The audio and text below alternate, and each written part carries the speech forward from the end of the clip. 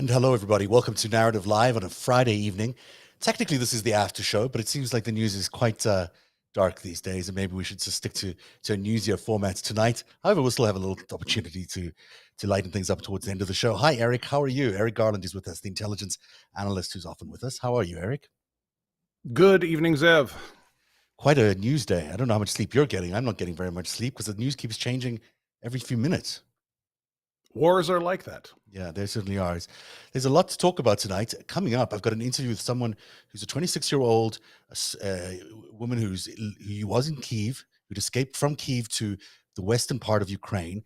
Now she's faced with this new problem of, as the war begins to approach the western part of Ukraine, does she leave her parents behind and escape to the west, or does she stay there and protect them?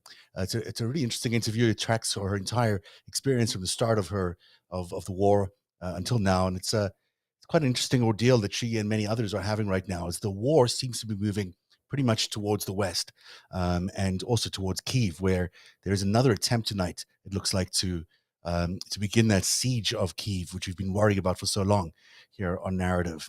So that's coming up. Plus, we've got some interesting news about how Putin is interacting with his FSB. You know, the FSB is supposedly a domestic intelligence thing, I always thought, but apparently they have a foreign intelligence arm, and it's that foreign intelligence arm that has been at the mercy of Putin's rage, apparently, for getting it all wrong.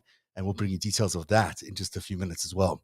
But first, Eric, I want to hear from you. You know, the war is changing. It seems like we've seen a heightened awareness of these acts of war that seem to have, in Mariupol, we've had this maternity hospital that was attacked. Yeah, there was a psychiatric hospital attacked in Kharkiv last night. The indiscriminate attacks by Putin's armies and missiles are beginning to feel like more like a genocidal attack. Like, it doesn't even look like he's even pretending to just target the military. Well, let's remember that Russia's number one weapon is propaganda and the creation of narratives and the use of. Information warfare is probably the one they're best at this point. They can't keep an aircraft carrier going, and very obviously their conventional military has a lot of issues, and especially since their economy is going to collapse behind the front lines, their ability to sustain conventional military is going to be curtailed, to a very short period of time compared with a lot of conflicts that we've seen in the modern era. So, information warfare is the best thing that Russia's had in a while. What's interesting is after depending on how you want to put it, between 5 and 8 years, you can either start with perhaps Russia's successful support of Donald Trump's presidency, or go all the way back to the invasion of Crimea and the Donbass, and how they were able to spin that to the world community at the same time that they were welcoming guys like Edward Snowden, who were nominally exposing America's war crimes to the world. So the Russians really did a lot with not much resource, and managed to grab a hold of the world narrative and recast their aggression and their transgression of long-held diplomatic norms, such as not invading the borders of your neighbors with irregular troops and going, there's some people who speak this language here. I mean, the United Nations could not tolerate that in every country, any set of countries where that's true, because language groups cross boundaries all the time. I don't think the United States government would particularly put up with it if Canada invaded northern Vermont and northern Maine, just because there are French speakers there. No, I don't think so. Happens, it's true. But if the Quebec government started a propaganda campaign about how we've got to rescue, Bouchard and Ducharme and Charbonneau, it would ring very hollow, and that's what Russia's essentially done. And we're seeing, so if they're an information warfare state, what they've got is terror, and to show the Ukrainian citizens and anyone who would challenge them that they're willing to do whatever it takes. Mm, And that includes for them, atrocities. That's a very typical Russian attitude. Um, but we have, after 5 to 8 years of dealing with them, the Western nations have a way of finally combating that narrative and going, no, no, we're going to make this about, you know, your atrocities mm, and your incompetence. And so they are not able to grab a hold of the narrative the way they were able to when they invaded and took Crimea illegally, when they invaded the Donbass illegally. They don't have access to that. We've stopped that. Or they're getting, intense fighting. So at least our own people don't buy it the way people bought into the Ed Snowden narrative. I think it's so You know, interesting what you're saying is that basically the worse the atrocities, the more weak Putin might actually be, because it really is all he has at this point. Strategically, he's not doing very well on the battlefield. So what he has in this information war is the appearance of atrocities and terror, which he, will intensify because that's all he has. It is actually a bit of a sign of weakness. well, I mean, he's talking about the Donetsk People's Republic and the Luhansk People's Republic. Mm, He's basically turned, or rather, his little green men and his little green mobbed up political puppets have, basically suspended the rule of law, is my understanding, in those two areas. mm, And, those areas have been turned into two of the biggest hellholes in Europe. No one would want to live there. mm, Um,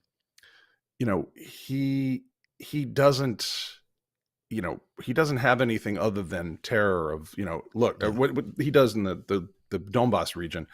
This is a classic Russian technique. You grab some place and then you issue demands that are ridiculous, and you say, well, of course I get to keep what I already have, but Mm, you need to give me more here so I don't continue all the way to your capital city. mm. um Yeah, it's like it's it's the mob a basically. hyper, It's yeah, aggressive dogs are the same way, and you yeah, got to snap them in the snout so they understand not to go any further. That's kind of exactly. how you have to deal with guys like Putin. Just last night, in terms of increasing the range of where Putin and the Russians were invading, there were two missiles targeted, or several missiles targeted at two new cities that had not been targeted before: Dnipro and Lutsk. You see, Dnipro is sort of westwards of Mariupol over there, and towards the path to Kiev.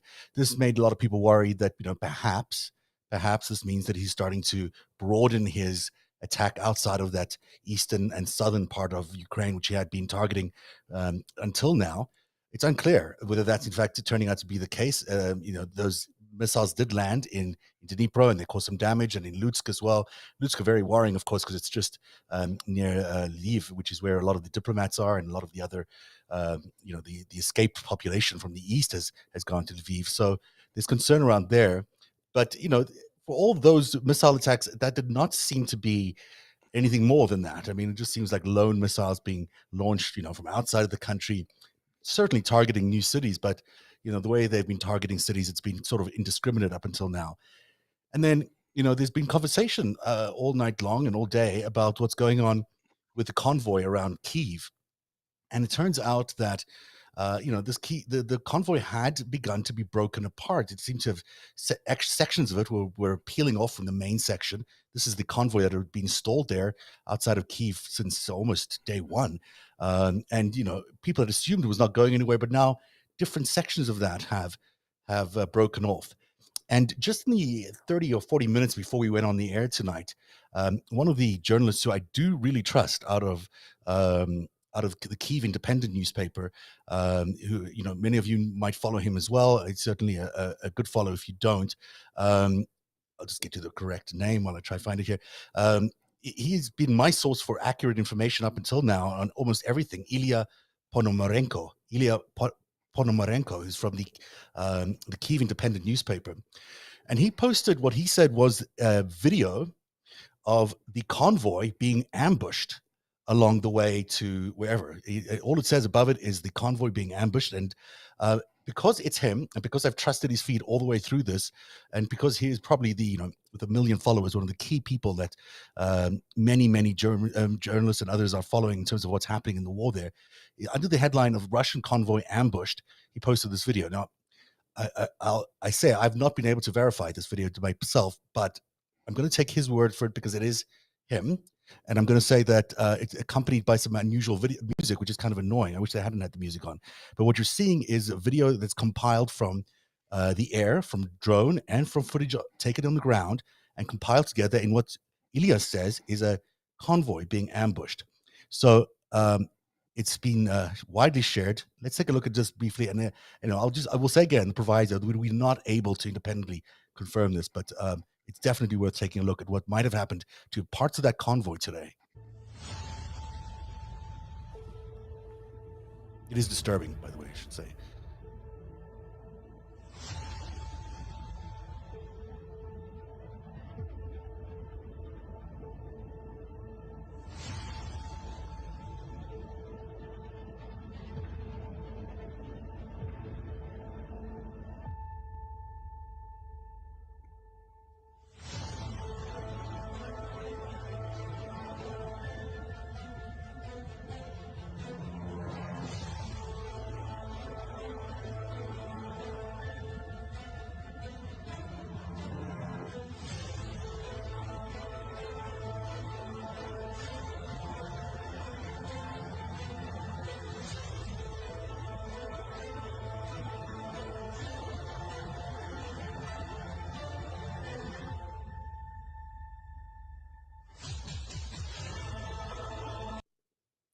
So, that appears to be what it is. It appears to be a convoy of Russian tanks being ambushed along the way as they were moving today. We know they were on the move today, and there was some interesting reporting that was very controversial around whether this was viewed as something that was going to be a serious threat to Kyiv overnight or not.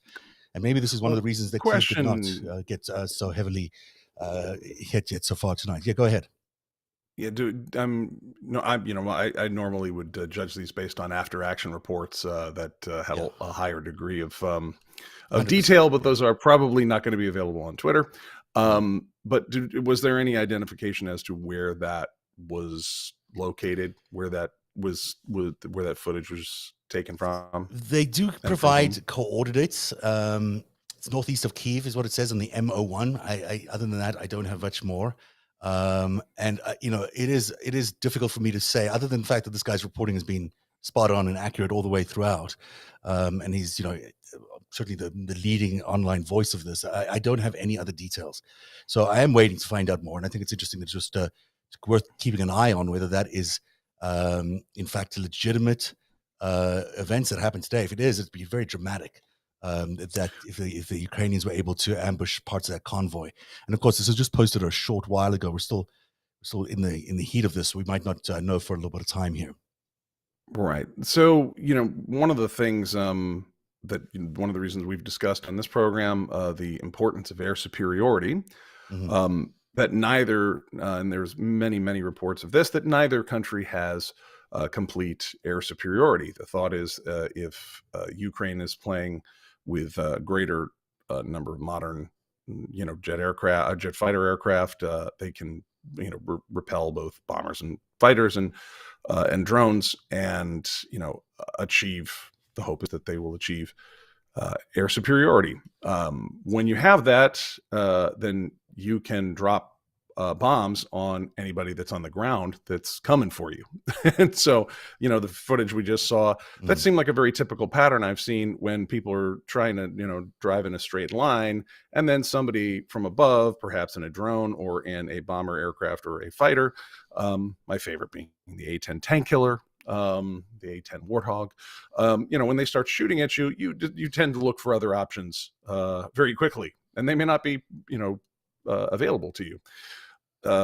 So this is, the fact that Russia is doing this without air superiority, and they're moving, armored divisions in different places, without air cover in Mhm. foreign territory, where it is understood that this, Ukraine, even though it's smaller than Russia, is not running out of material anytime soon, because it's getting stuff delivered to it from its friends, perhaps not its allies, or fighting a joint warfare operation here, but it's got friends giving them drones, Bayraktars, Mhm. and fighter aircraft. So it's tactically, it's kind of a mess for Putin there. It sure does And look like a mess that's for him. Yeah. But he still keeps going. I mean, the fact is that he's not withdrawing. He's not showing the signs of weakness on the battlefield. Although strategically, it doesn't make sense what he's up to. I mean, he's not going to win this war. Clearly, the resistance is so high and everywhere that even in the towns which they have been able to secure, and there's only two towns they've been able to secure since the start of this war. I mean, never mind, occupying. You actually have to run these towns afterwards. You have to, get in there and oh operate yeah, as a government and make sure that there's no opposition and all these other things you need oh to do. yeah.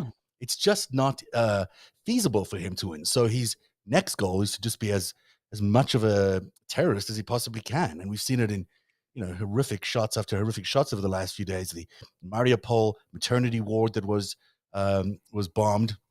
By the way, the woman there did actually end up having a baby, gave birth today, which is some good news out of a horrific story. And then we also, saw these other pictures which we've been showing of babies being carried away, but after a bombed out bridge was blocked the escape routes of her family. It's just a horrific, clearly designed at targeting civilians here, and thousands of them appear to be dead. We do not have an official death toll from what's going on, but it looks to me that at least 1,500 people have died in just Mariupol alone from the latest death toll. Kharkiv is also apparently in the thousands. So it really dramatic numbers, and that could only be achieved if you were targeting indiscriminately at these cities. Right. And when we're talking about death tolls, we're not talking about Ukrainian regulars, or we're not getting tallies of how much of the helicopters, aircraft, armored vehicles are being taken out. We're just hearing of a total number of bodies. Civilians. So These I are want to civilians, by the way. These are civilians death toll I was talking about. The actual army death toll is obviously lower, which is kind of amazing because it does indicate as well that they've been targeting civilians higher at the rate they have it. But on the other side, the Russians have apparently lost between 9,000 and 12,000 troops, which is a lot, and a lot of the weaponry, a lot of the assets that they had in terms of vehicles and elsewhere, and other things have been eliminated from the battlefield.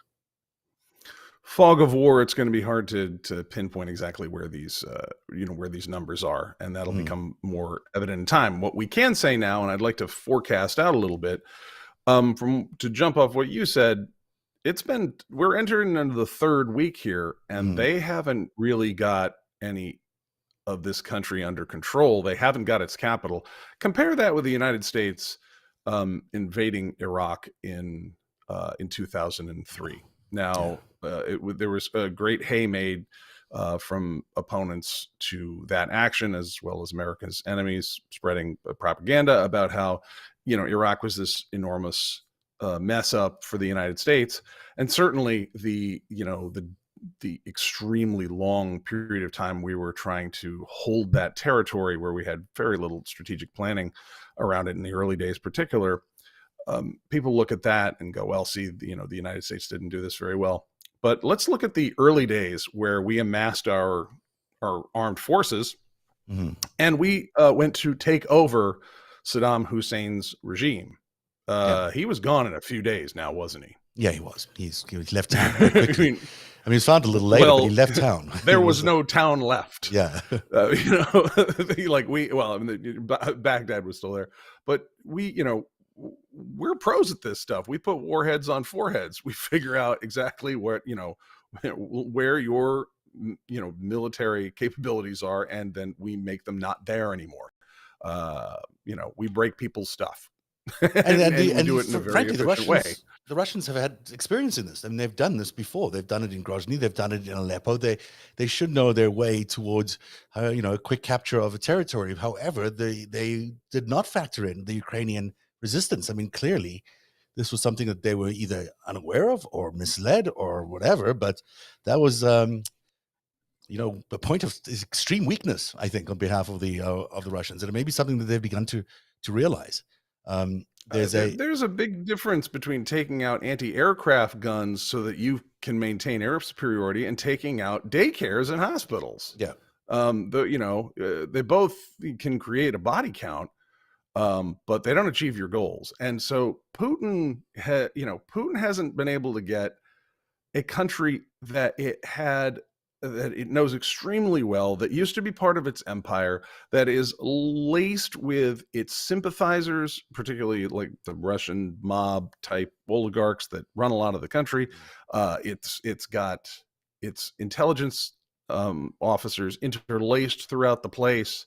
There's really not much. There are a few. I mean, it's a very big country. Let's not minimize that, but there are very few places that are going to be as close to home and easy to take over if Russia's a major military power than Ukraine. And Right. we're in week 3, and he's taking shots at kindergartens. Yep. So and behind him, the economy is burning.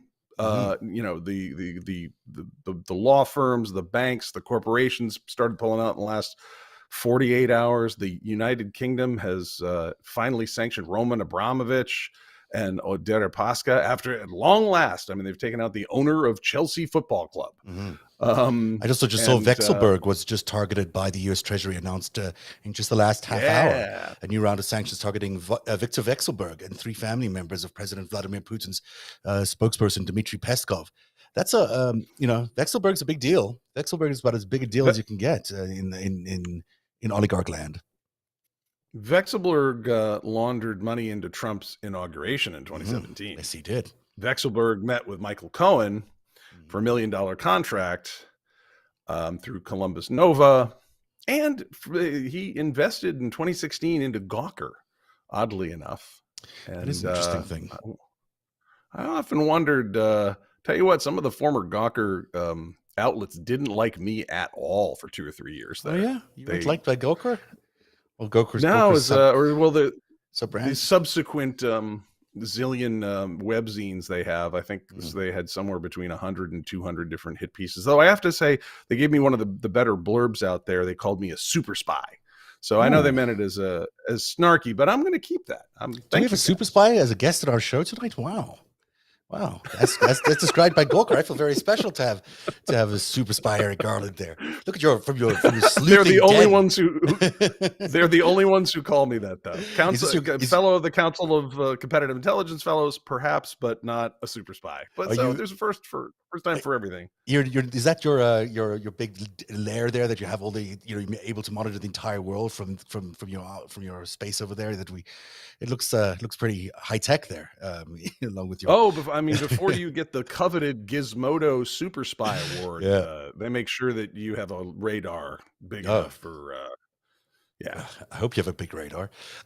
Yes. Let me move on to talk about what I think is really interesting that just broke as well earlier this evening.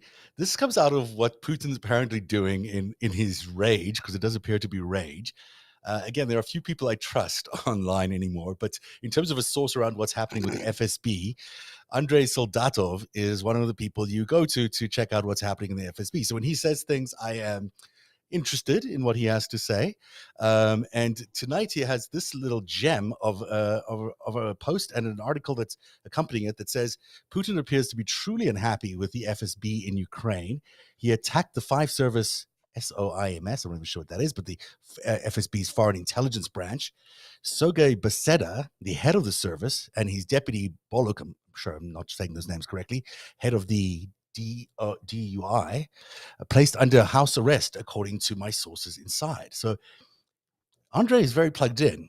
And this has also been published, by the way, by a NATO affiliate. So I actually think that there's some veracity to this reporting that Putin may be a little unhappy with his with the FSB, who were tasked, I gather, with being the eyes and ears for him in Ukraine. They were, according to this article, the Fifth Service was responsible for providing Putin with information about political events in Ukraine on the eve of the invasion. And it seems that after 2 weeks of the war, Putin finally realized that he was simply misled. The Fifth Service, fearful of angering the boss, simply supplied him with what Putin wanted to hear.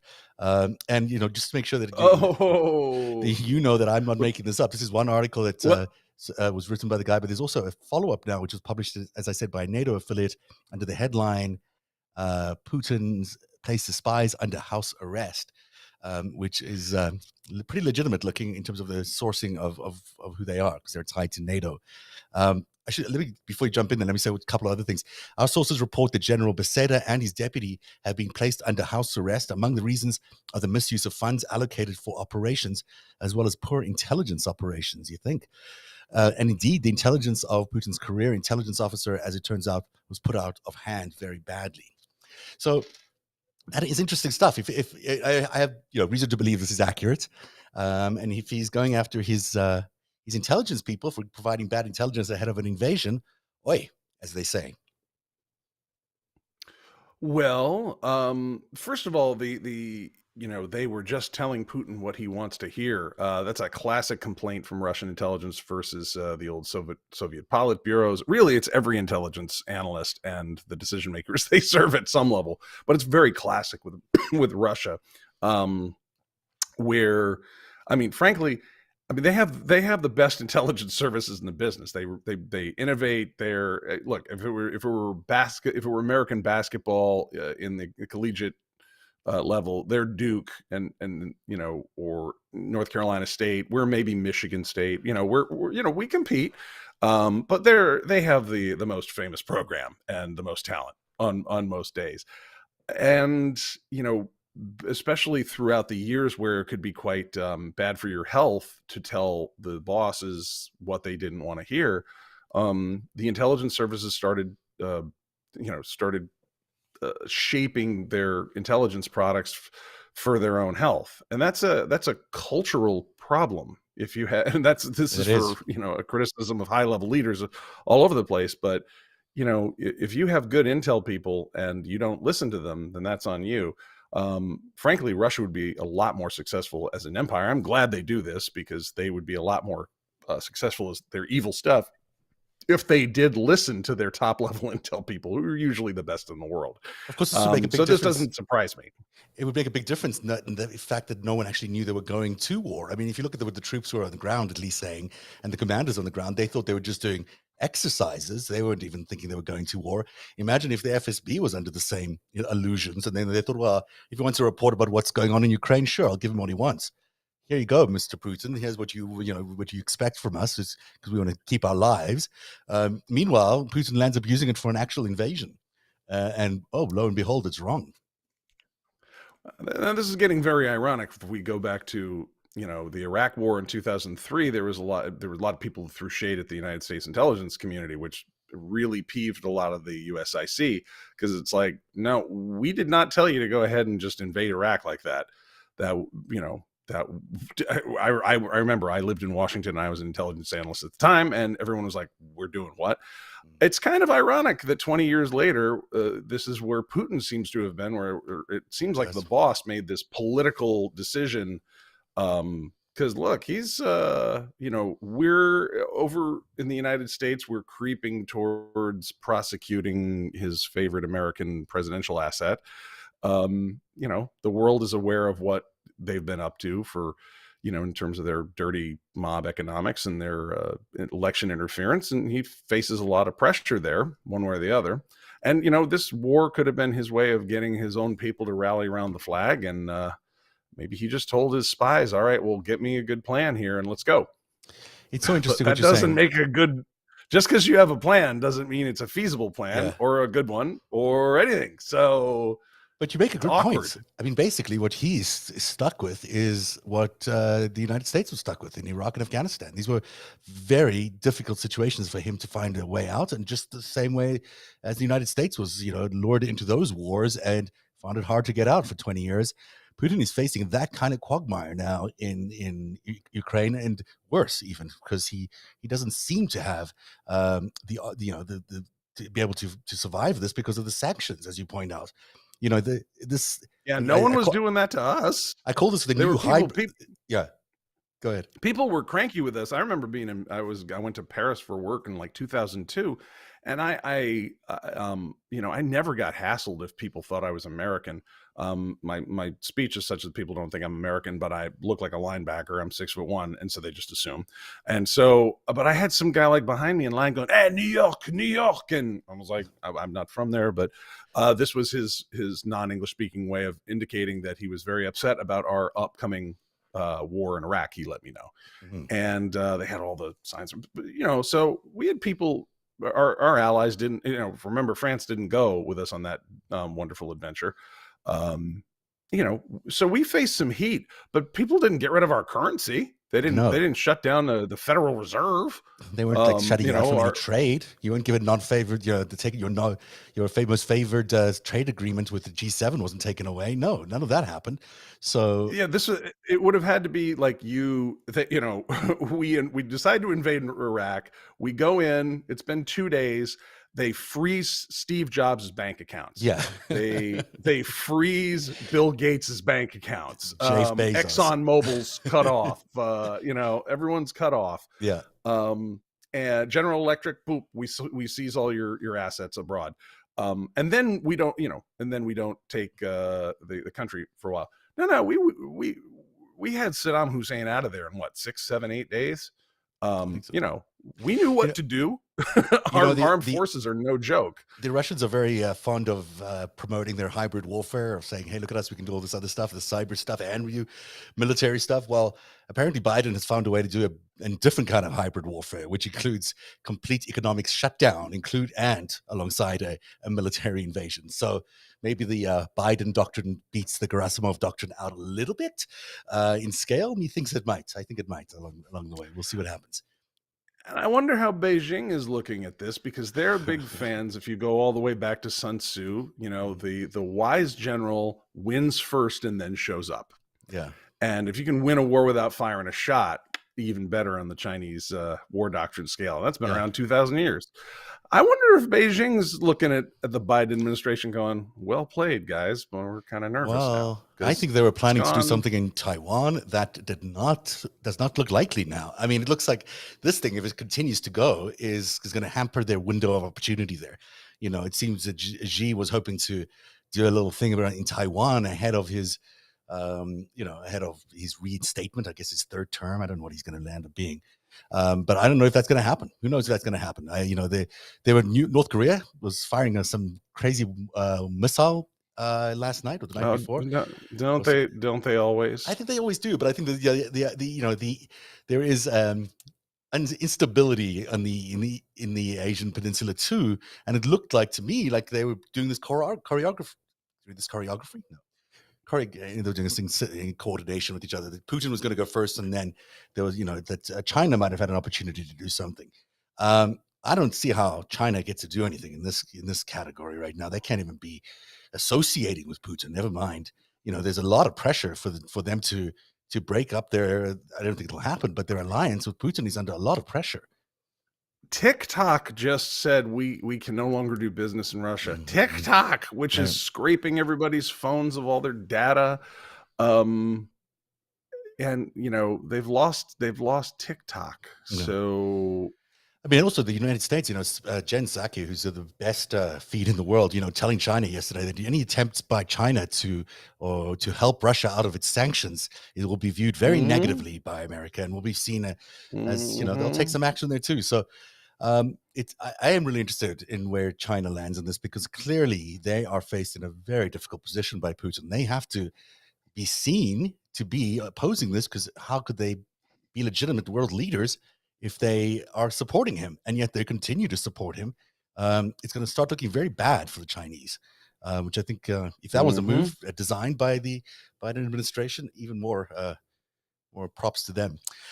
Another thing that may be a factor here in the FSB, by the way, remember these dudes? These are the Karadites, or whatever they're called. The Karadites, I think, the guys from Chechnya. Anyhow, They're the Chechen mafia knuckleheads. right. So remember, these guys had a column of like 1,000 of them, all designed to come Mhm. and assassinate Zelensky, and they were early on in the battle eliminated quite badly, apparently. Oh, Um, that's the assassin crew? yeah, that's the assassin crew. There's 1,000 Their of them paintball apparently. pants are really clean and everything. Wow. Good luck, guys. So the story behind this is that the FSB apparently leaked this information to the Ukrainian intelligence services that these guys were coming to, or a disgruntled FSB officer had leaked this information that these Karadites were coming to get to Zelensky. And that's one of the reasons this information was able to be acted upon and they would take it out. So if you add that story, that maybe someone from the FSB leaked this information to the Ukrainians, to this new story of the FSB's heads are now under house arrest, you might see a correlation there. Well, also, the within the last 48 hours, there was a briefing from the heads of our intelligence community to the Senate Select Intelligence Committee, and Director Nakasone of the NSA confirmed that we've been providing signals intelligence, which is about 80% of the actionable intelligence that America comes up with. We've been given the good stuff over to Ukraine. If people recall ancient history, the Dutch had the Russian SVR services on camera and totally keylogged for all their cyber attacks on the United States in 2014 and 15, where Russia was using its intelligence services to hack into the State Department and the Joint Chiefs of Staff. We were tunneled. NATO was tunneled so deep into Russia's intelligence services. We had their intra-office cams hacked somehow, which that came out in January of 2018. I had the fun of translating one of the articles from Dutch to English, which was hilarious, and just in terms of its content. If these guys are making these plans to assassinate Zelensky, that's what the NSA, when we say we're given, the Ukrainians intelligence, we're going to give them real good satellite imagery, potentially, let them know where things are.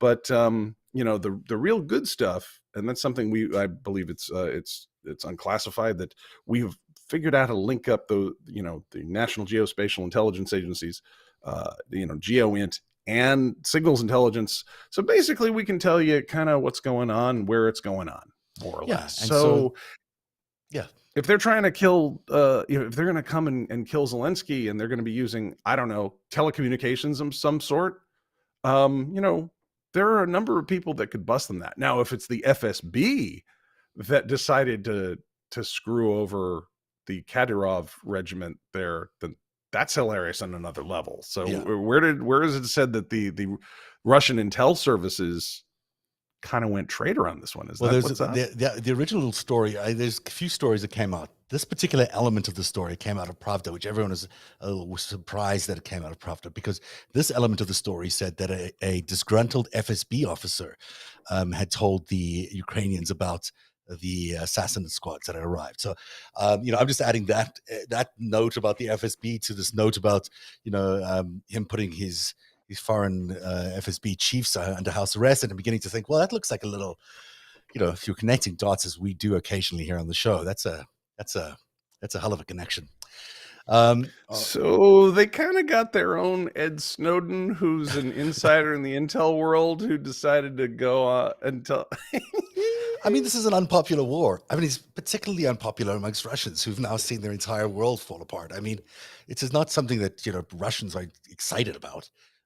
They're not necessarily in his corner either. He's having to go to the Middle East to bring in thousands of Syrian fighters because he's so short of fighters and he doesn't think he's going to get them elsewhere. He's conscripting an army, but of course this army is not in favor of the war. And as you point out, in the art of war, you sort of have to have the will of the army and the moral authority to conduct a war, or you're screwed. Yeah, doing that all in advance. Yeah, is a good idea, because Ukraine didn't invade them by shipping Kiev via shipping container across the Russian border. The Russians came with their stuff over to Ukraine. This was all their idea. Yeah, this is all their idea. It's just not going well, Zev. It's not going well, and it's awful that there are thousands of people in Ukraine that are suffering, and that they're the victims of war it's cruel what's going on in Ukraine. And I'm glad that we've heard tonight from Macron and from other people saying to Putin that he really has to stop. I mean, the kind of sanctions they're going to propose next, according to Macron, are going to be absolutely crippling. Although I don't even know what those might be, because they've already been so many crippling sanctions. But, this indiscriminate I'm going to say genocide. I think it's beginning to look like genocide, where you just sort of are just trying to wipe out towns for no good reason, like just to annihilate them and annihilate everyone in there and starve everyone and not provide them food, water, supplies. It's not. And this is not within any understandable lines of war or acceptable military invasion that I think we're allowed to do in this in our modern days. I mean, I don't know that I don't know the conventions as well as you do probably, but this seems like we've really crossed the line here. This is in crimes of war crimes for sure. Sure. Yeah, and they're doing badly. They are doing badly.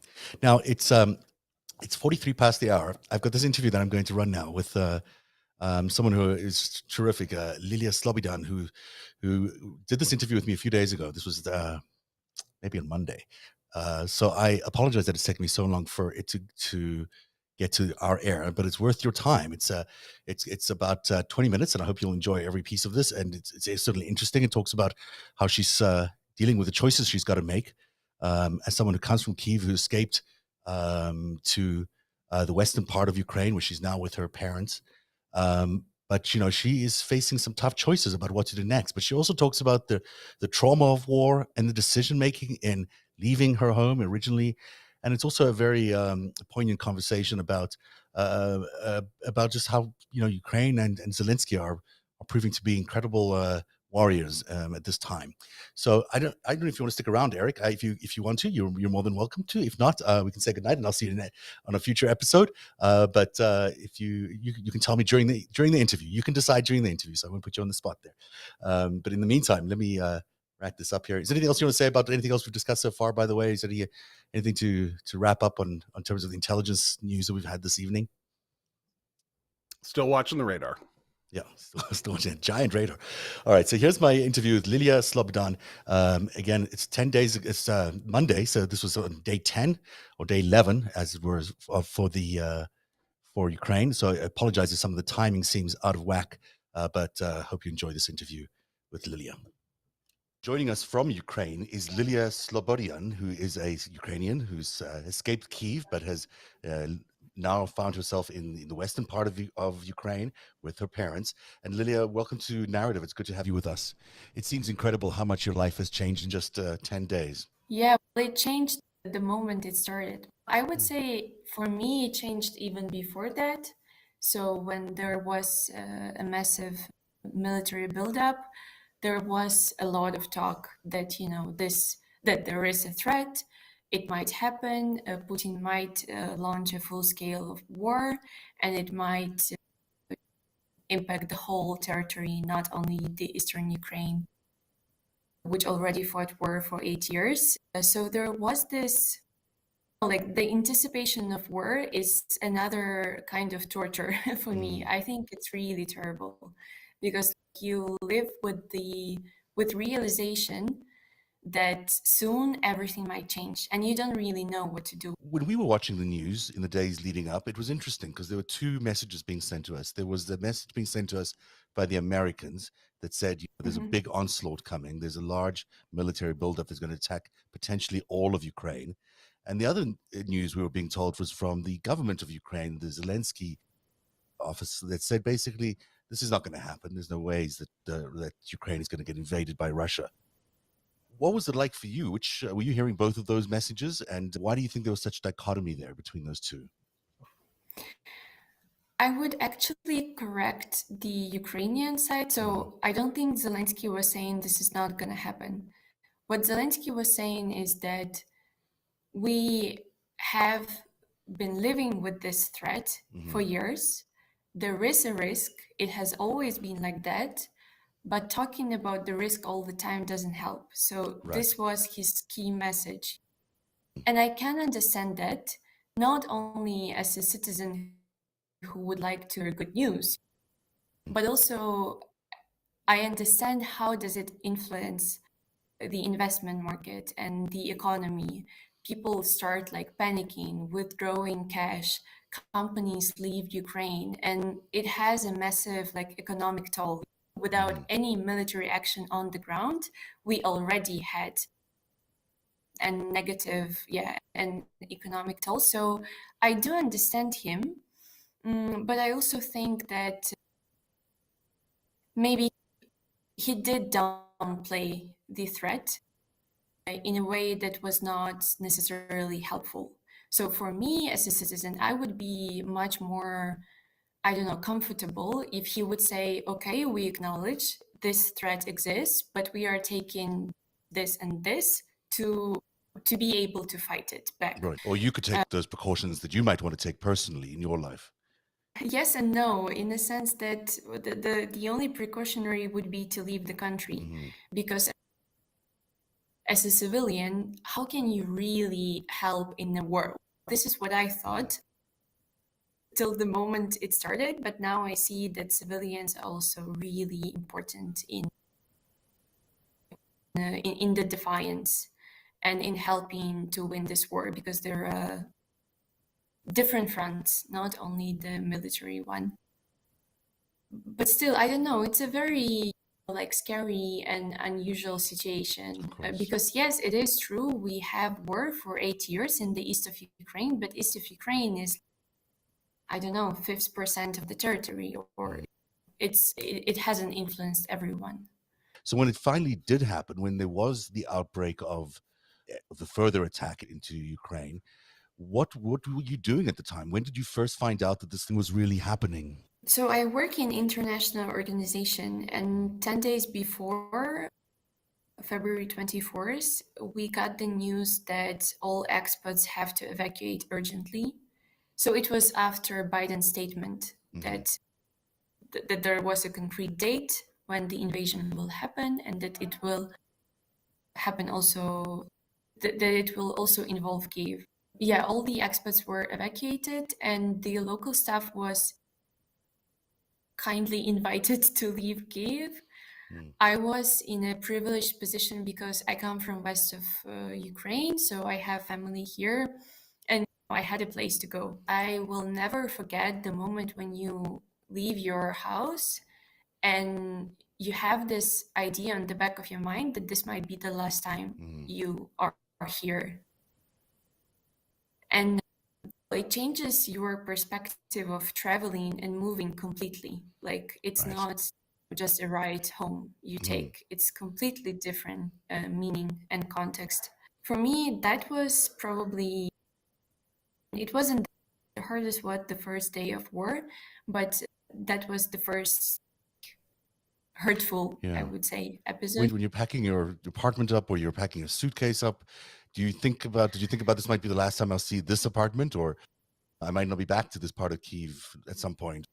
Or did you always assume you're going to be back to the same place at some point? To me, it was emotionally too hard to somehow accept, to treat this escape as something long lasting. Honestly, I didn't properly pack. I took my laptops, I don't know, yeah, documents mostly, but like really essentials. Because when I looked at my wardrobe, I was like, I either take everything or nothing. I'm not able to take everything, so why would I take something?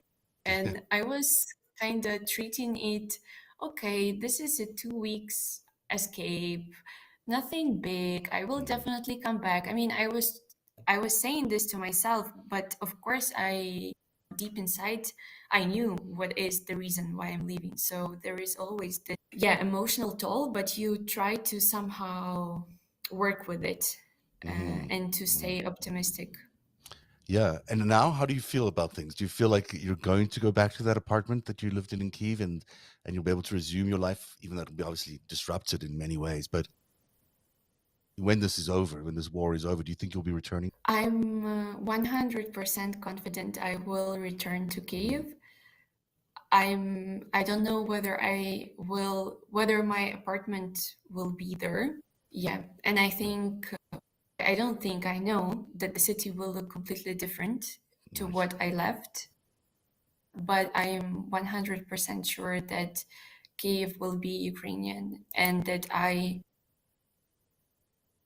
will go back, because this is the city which is home to me and the city which I really love.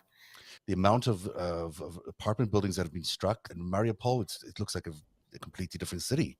How do you feel about seeing those changes in your country? It must be devastating. Many lessons learned from this, I think. First, I want to travel all around my country after all of this Right. ends. And I am ashamed that I haven't been everywhere like Sumy or Chernihiv, the other cities that are heavily bombed right now. Second, I'm pretty sure that we'll manage to rebuild it and properly to do it in a more fashionable way than the old Soviet architecture. Yeah, right. I'm ready to set up my NGO to attract foreign investments, to do whatever is needed just to rebuild these cities. And I really believe that it is possible when there is like social cohesion and unity. And it's a very deep trauma and there is a lot of hatred, but hatred which is very motivating. And it's like really gives you this energetic, I don't know, like push and boom to work really proactively, to really stand up and fight for it. Because you understand that we have been put in a complete injustice. Like it's not, it's very, I don't even have words for this. It's very wrong. You understand that and you want to correct that. And we also owe it to many people who are dying and will continue, unfortunately, to die. I don't know, it's an existential fight. And once you start it, you have no way back. The amount of unity that has been displayed by both the Russian-speaking population and the Ukrainian-speaking population. I mean, there's very solid unity in both parts of the country, which I don't think everyone expected, but certainly Putin didn't expect. That has been remarkable. Even I didn't expect that, Yeah? to be honest. What do you think? Why do you think that happened? Why do you think there was so much opposition and so much?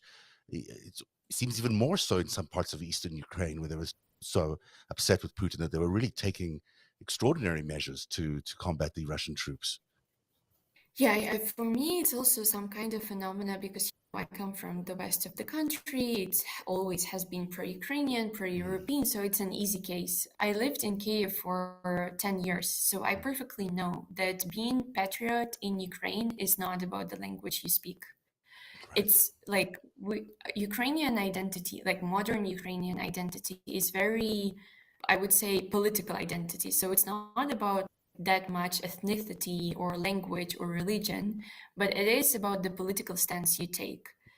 The first factor is the very brutal violence that is happening by Putin's Russia and by Russian army. It's completely unacceptable. It's so brutal and also so open. Yeah, the way he does it, everything is very public, very social media as well. Like you can see the images, everything is traceable. So when you see it, you have this like first instinct to fight back because you understand that this is abnormal and it's very inhuman. The second factor is those republics that were recognized by Putin as a pretext for invasion. The life there is hell. And I think regions around know this perfectly well. So even on the level of economic well-being, people understand that it's much better to be the part of Ukraine, independent, like proper functioning state and also democratic, rather than some republics that are not recognized by the world and where like terrorism or whatever is a norm, everyday norm. So nobody wants to become that. And I think the last factor, I think the leadership of Zelensky is also a very important factor. So Zelensky is probably the first Ukraine's president that is a very inclusive figure. So he represents the country. He doesn't really belong clearly to one part, east or west. He used to be very popular, especially in the eastern and southern regions. I think he lost it, through his term, but overall, his leadership in this war is really uniting the nation. Unbelievable, really.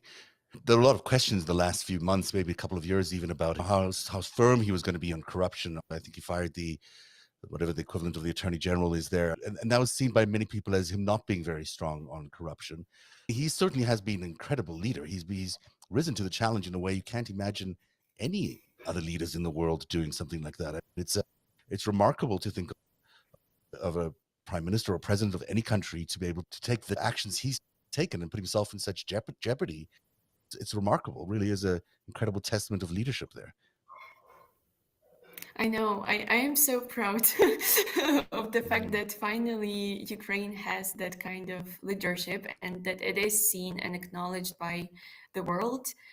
I do think that, well, on corruption, it's not that black and white. I personally think that he's definitely less corrupt than our previous president. I overall don't think that Zelensky is corrupt, but I think that he lacks many expertise, and he has been obsessed with the idea that only trusted people have to surround him and have to be in all the branches of the government, executive and parliamentary. Now it seems like it did work for him because they act very swiftly and they act as a united front. But also I must say that like consolidation on the level of society and politicians is really unique because the threat is unique, so everyone is really united. And no matter the disagreements politicians used to have or society used to have, now we have a clear goal and we understand that it's not the time to debate. The impressive act by the Ukrainians in general to decide to stay and fight is remarkable. There's another path completely where everyone could have said, well, we're all leaving the country. And that has not happened at all. That seems uniquely Ukrainian. And I don't know if that's because you've been at war already for the last 8 years, or whether there's just that you just the love of the country is so deep that's absolutely ingrained. But it's not necessarily the same thing that would have happened elsewhere in the world. Yeah, I think it doesn't come from a good background, to be honest. Our history is pretty tragic. And if you listen to Putin's speech before the evening he recognized the republics in the east of Ukraine, you would understand that he denies the very right of Ukrainians to exist. He doesn't accept the fact that we can exist and that we can choose our future, which is pretty humiliating. And it's also a big driver for people to stay and prove that no, we do have this right. We are living on this land. It is our history, it is our identity and our right. And of course, I'm not saying that it is that those who left are traitors or something. Everybody fights on their own front, and I'm very happy that we have so many. So there are around 15 millions of Ukrainians living around the world. A lot of them have already a different citizenship or dual citizenship. But what Ukrainian diaspora has done for Ukraine is also like unimaginable. Like I think this is why we have so many protests around the globe, and this is why it became the issue for the whole world. I don't know why so many Ukrainians stayed, but like for me personally, my parents are pushing me to leave every day, several times per day, because they are saying that I'm still young and I have to enjoy my life. And it's true. Why are you still staying there? No, I'm not saying that. Yeah, I'm not saying that I don't want to enjoy my life, but I want to enjoy my life here. Honestly, I have no problem with traveling or relocating for work purpose or whatever purpose. I studied abroad, I worked abroad, but this is a completely different context. Like leaving my second home in a period of 1 month will be really hard emotionally, because again, you have to leave this place with the idea on the back of your mind that this might be the last time you see it. And it is insanely hard to somehow accept it. And yeah, and there's, well, I'm also not leaving because my parents are here, and well, I don't know how will I manage to evacuate them in case it becomes very dangerous here. It's much easier to have some control over the situation once you're on the ground together with them. Do they want to stay? They don't want to leave? My mom doesn't want to leave. My dad cannot Right. because, yeah. It's a very difficult situation, that separation of genders there, because you can see it in all the refugees that are arriving in Hungary or Poland. And one of the most difficult part is the fact that they can't be with their partners, leaving their partners behind to fight. Such a difficult situation to be in. So I can definitely understand that. Let me ask you about what's going on in the eastern part of the country, where it does seem, to me at least, that Putin seems to be consolidating a whole lot of access to warm water. Whether it's, as he's now even attacking Odessa, or planning to, and then there's the entire coastline, basically, of what was Ukraine's coastline. It seems to be in question right now as Putin's forces are attacking the entire coastline. That, if that's where the war reaches a stalemate or ends, that is not going to be a very easy solution or a very comfortable place for Ukrainians. How do you feel about the fact that he's being so strategic about those ports and the cities, which are so important to Ukrainians?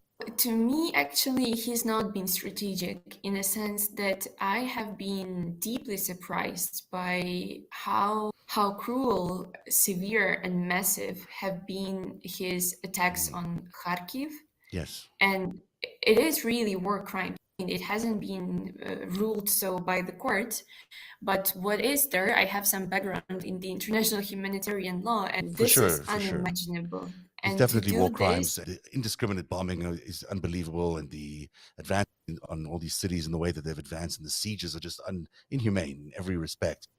If the war reaches some sort of ceasefire or stalemate, and they say, okay, well, I've already made these gains along the eastern coastline here, that's going to be a very difficult solution. It's not really a solution.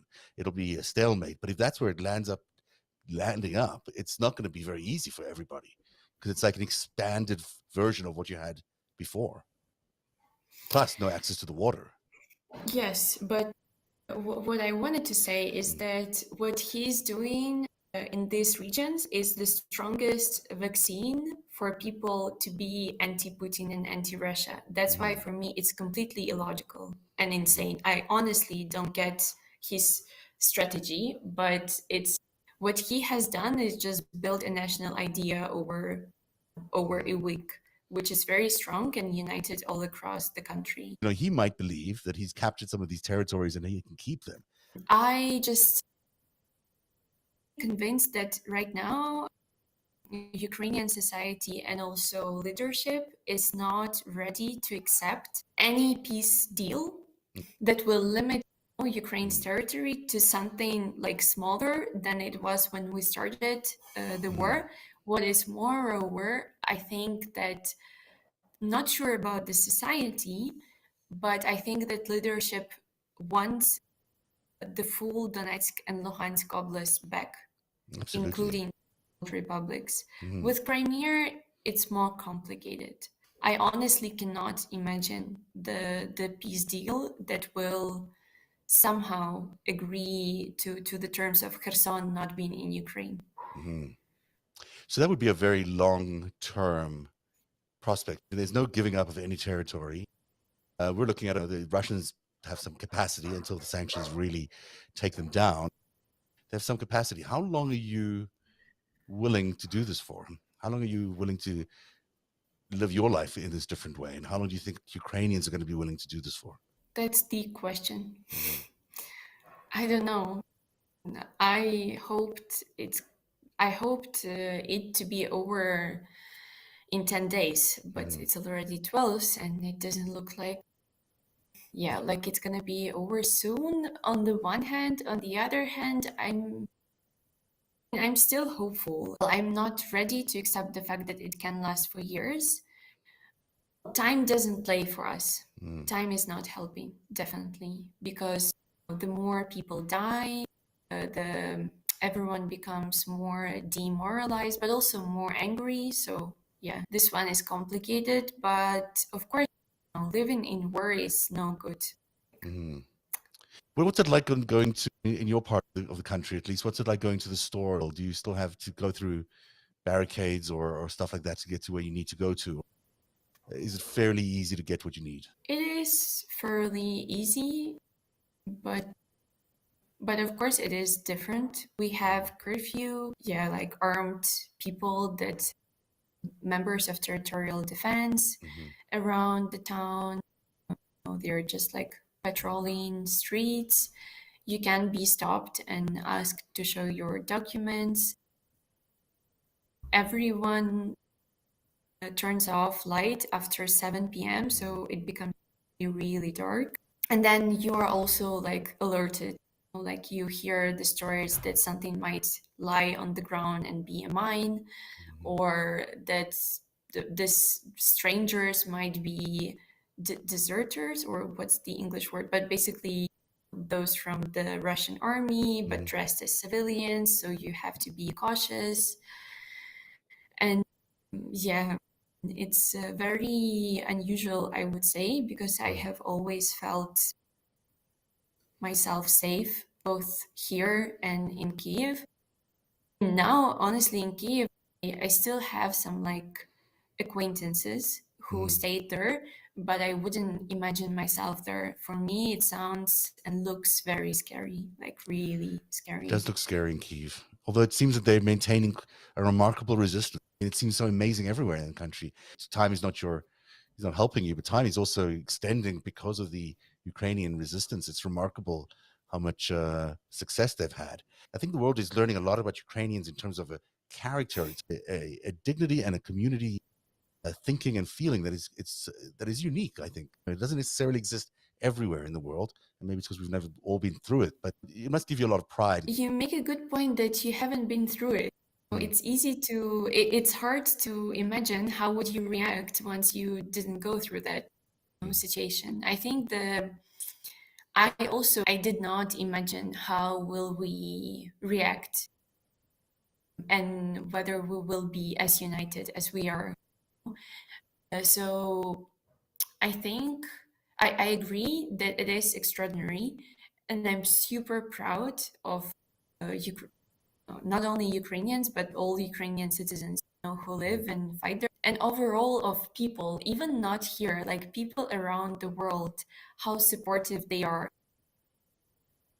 how ready they are to help, and how ready they are to speak up about the truth and, like, I don't know, stand by and be apolitical, but understand that this is the war that is unprecedented and we have to, well, to stop it and to do everything possible to stop it. So I'm overall quite proud of humanity, I must say.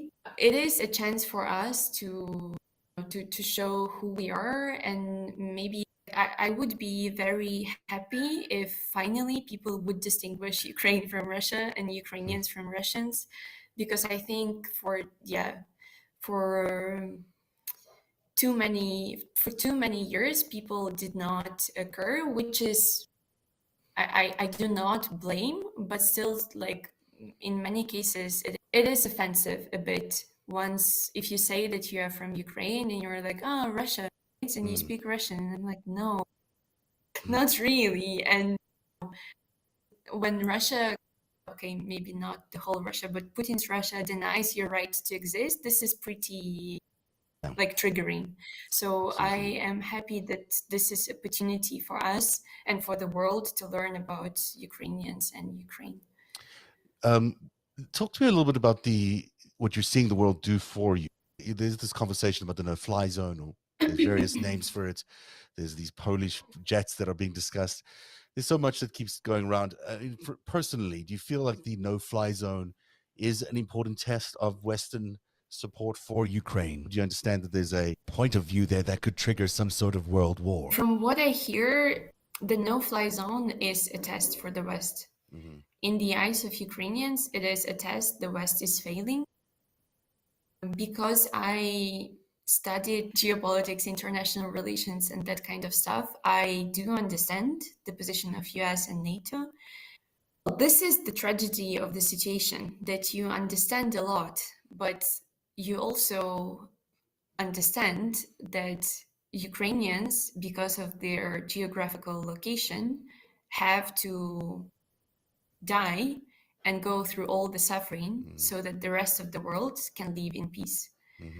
And this is not okay. No, it doesn't feel good. As a human being, I wish NATO would intervene when I turn on my brain more. I think that there are a lot of creative ways how, without direct NATO intervention, we still can secure Ukraine's sky. And I think that now is the time when the West has to be very creative, bold, and swift.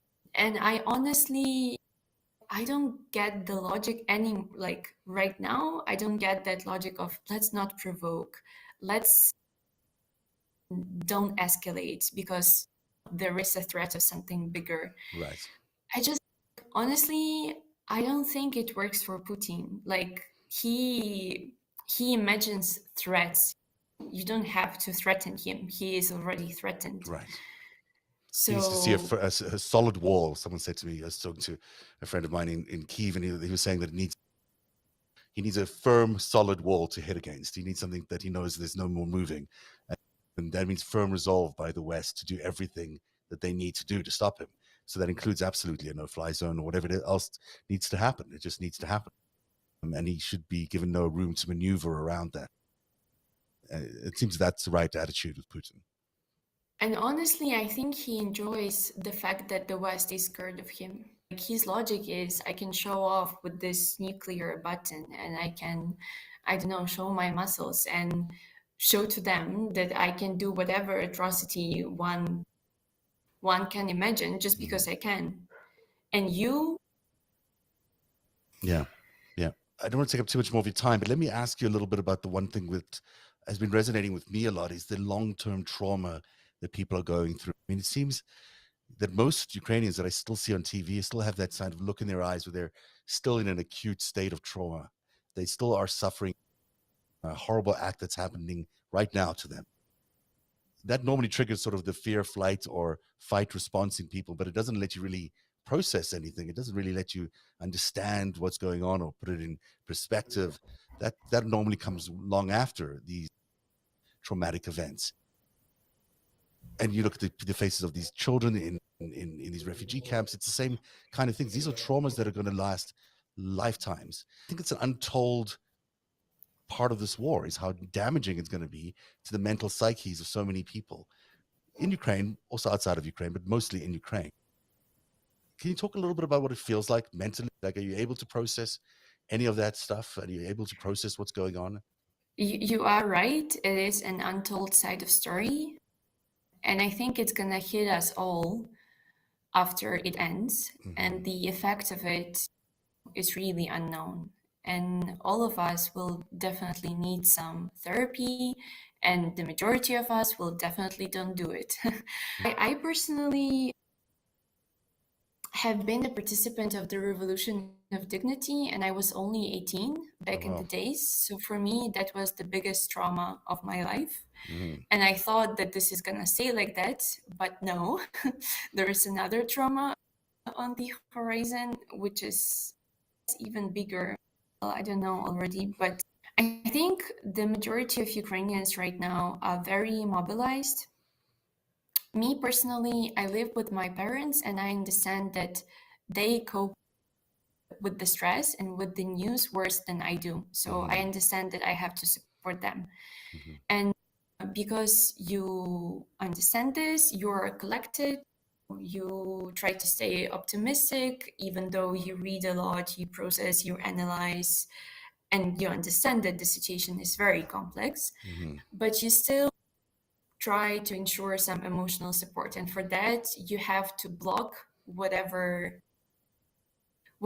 pain or doubt, you have to block that.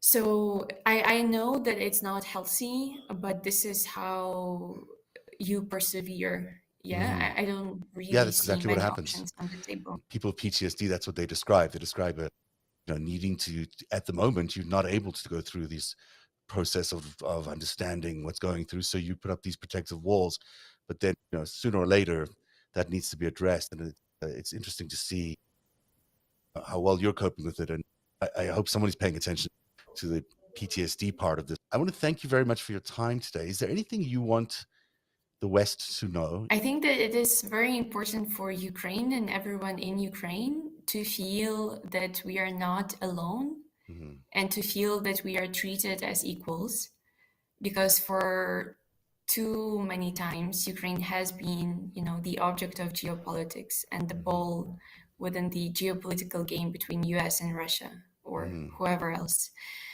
And I think that we proved within this 12 days that we are an independent and strong actor with our identity that we are ready to defend, and with very Western values that we are also ready to defend, no matter whether we are seen as Western or not.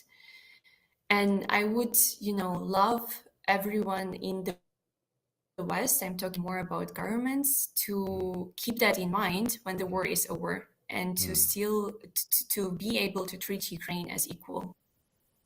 I also am super, super thankful to everyone who supports Ukraine, and it seems like there are millions of people who do that. So I just want to say that it's really heartwarming these days, and it is necessary, and you should not underestimate the meaning of it for us. It is heartwarming to see the world stand up to that. That there is such an understanding now of how valuable freedom is. You spoke about participating in the dignity revolution. These are very important moments in fighting for freedom and fighting for democracy. And it seems that Ukraine is very much on the fault line of history there.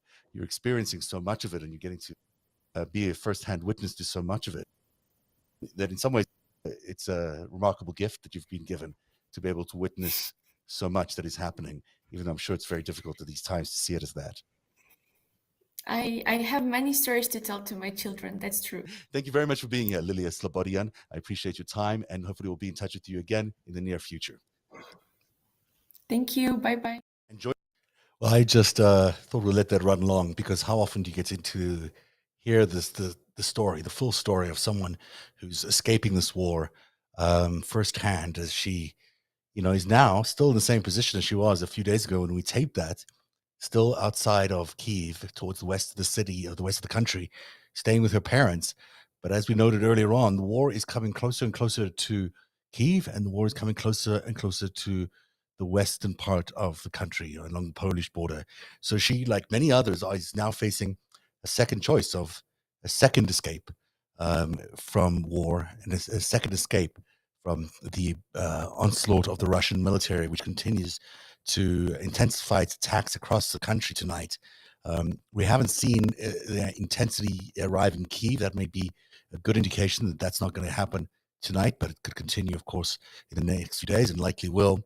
We're also noting tonight that the White House is saying there are strong indications that Russia has committed war crimes in Ukraine. It sure seems to us like the many pictures and videos we've been showing over the last few days are an indication of exactly that.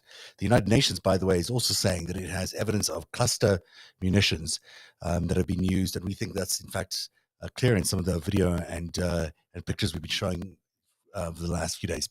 Hopefully, the additional sanctions that have been introduced in the last 24 hours, which include the G7 and the G8, taking away the most favored trading nation status of Russia, which means increased tariffs could now be added to Russian goods. That's another factor that's beginning to play into the calculation around how long we think Vladimir Putin can withstand all these terrible sanctions. And so we'll keep watching that. My thanks to Lilia tonight. I really appreciate Lilia Slobodon, for spending some time with us, and also to Eric Garland. Really appreciate your time tonight as well. The news will continue, and the narrative will continue to follow the news. We'll be back on Tuesday at 7 p.m. on the East Coast, 4 p.m. on the West Coast, wherever you are around the world. Of course, you can watch us. And if you'd like to, you can support Narrative by joining at patreon.com/narrative. That's patreon.com/narrative. We really rely on your memberships and your donations there. It's how we keep Narrative going. Thank you very much for being here tonight. Until Tuesday, have a great weekend.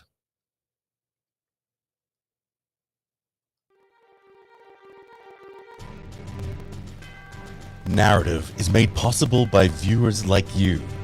Join today and support truly independent journalism at patreon.com/narrative. That's patreon.com/narrative.